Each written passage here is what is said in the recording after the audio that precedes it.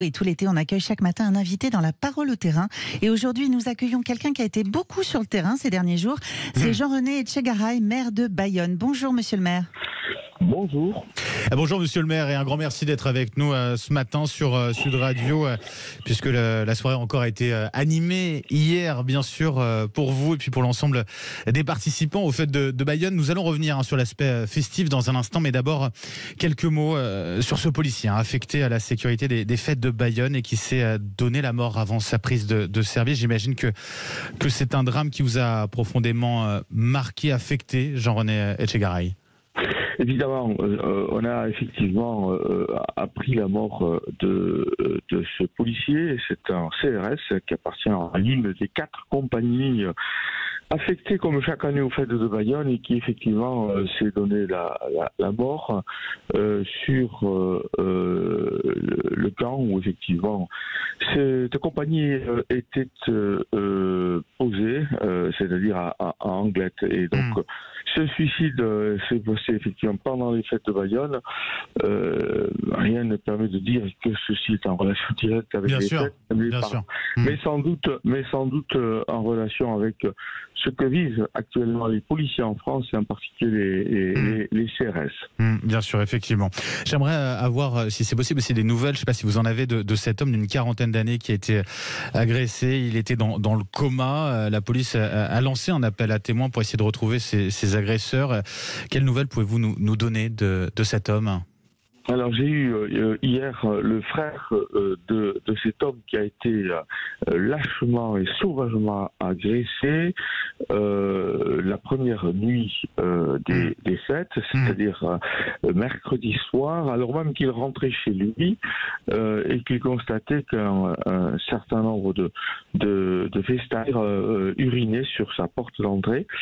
Il a simplement indiqué à ces personnes qu'il voulait entrer chez lui et il a été roué de coups et il se trouve encore aujourd'hui entre la vie et la mort à l'hôpital de Bayonne où il a été effectivement opéré pour un traumatisme crânien particulièrement grave. Il est à cet instant sous coma artificiel, c'est ce que m'a indiqué son frère que j'ai eu au téléphone hier en fin de journée. J'imagine que vous êtes profondément en colère après ce qui s'est passé. De ce point de vue-là, c'est quand même intolérable, quoi.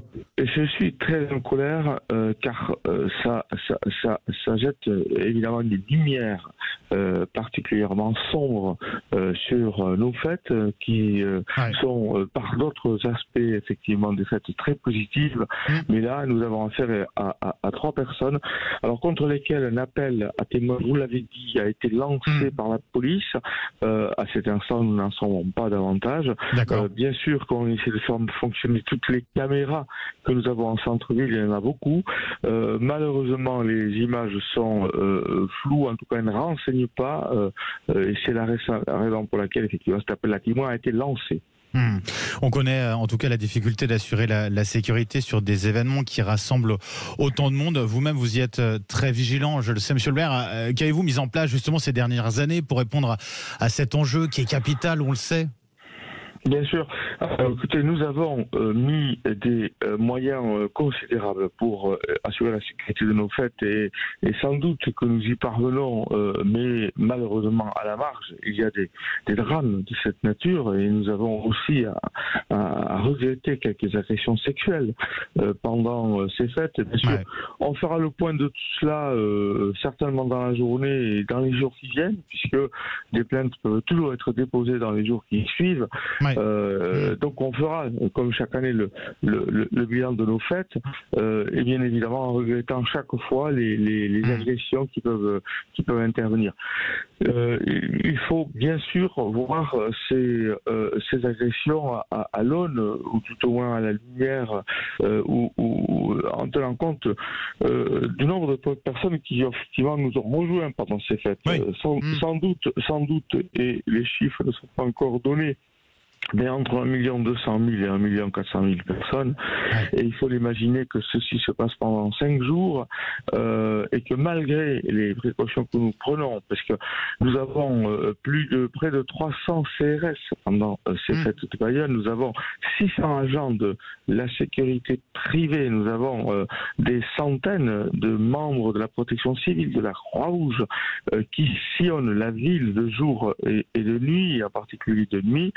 Malgré tout ça, bien évidemment, il y a un certain nombre d'actes isolés, toujours des actes isolés qui viennent souiller, car c'est bien une souillure, nos fêtes. Et il faut bien que je le regrette. Bien sûr, vous allez faire le point, vous le disiez, dans la journée, dans les prochains jours. Bon, n'oublions pas que les fêtes de Bayonne sont avant tout une fête, bien sûr, effectivement, on l'écoute. Forcément on retrouve le sourire quand on entend ça. Quel bilan tirez-vous de l'édition de cette année, monsieur le maire ?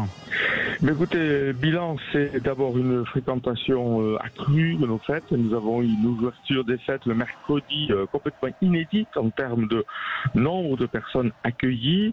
Vendredi a été également une journée folle. Et puis jusqu'à dimanche, donc hier, les choses se sont poursuivies. Bilan, somme toute, et c'est quand même triste à dire après les événements malheureux dont je vous parler, mais bilan somme toute positif. Il y a beaucoup de personnes qui ont pris beaucoup de plaisir à cet instant. Voyez-vous, il ne faut pas être ni philosophe ni sociologue pour dire que notre population a besoin de l'exutoire. L'exutoire n'est pas non plus quelque chose de scandaleux. C'est-à-dire un lieu où on peut s'exprimer, l'espace public ouvert pendant cette période des fêtes de Bayonne constitue un exutoire considérable et la population prend un plaisir inouï à cela. Nous sommes dans une période qui reste encore dans l'après-Covid extrêmement compliquée, une population certainement fragilisée par ce qu'elle a vécu et la fonction de la fête que l'on connaît depuis l'Antiquité, on la retrouve également dans nos rues pendant ces 5 journées de festivité. Et c'est une tradition effectivement, ces fêtes de Bayonne que vous perpétuez d'année en année. J'imagine que vous vous projetez déjà sur la prochaine édition, l'année 2024, qui ne sera pas une année comme les autres avec les Jeux Olympiques. Ça veut dire qu'il va y avoir des conséquences sur ces fêtes de Bayonne. Là, il y aura une conséquence en termes de calendrier, puisque ces fêtes seront avancées en 2024. Elles seront lieu entre le 10 et le 14 juillet, ce qui veut donc dire qu'elles vont chevaucher avec les fêtes, partiellement en tout cas avec les fêtes de Pampelune, qui elles ne vont pas changer, parce que évidemment les Jeux Olympiques se déroulent en France et c'est nous qui avons été dans l'obligation de décaler nos fêtes aussi. Tout simplement pour pouvoir bénéficier des forces de sécurité nationale, des CRS, dont nous ne pouvons absolument pas nous passer et qui jouent un rôle considérable dans la régulation de nos fêtes. Jean-René Etchegaray, maire de Bayonne, je le rappelle, un grand merci d'avoir été avec nous ce matin sur Sud Radio. Merci. Très bonne journée à vous et puis bonne récupération aussi, parce qu'on sait que c'est un peu de repos là. C'est intense, effectivement, ces fêtes de Bayonne. Merci à vous, bonne journée.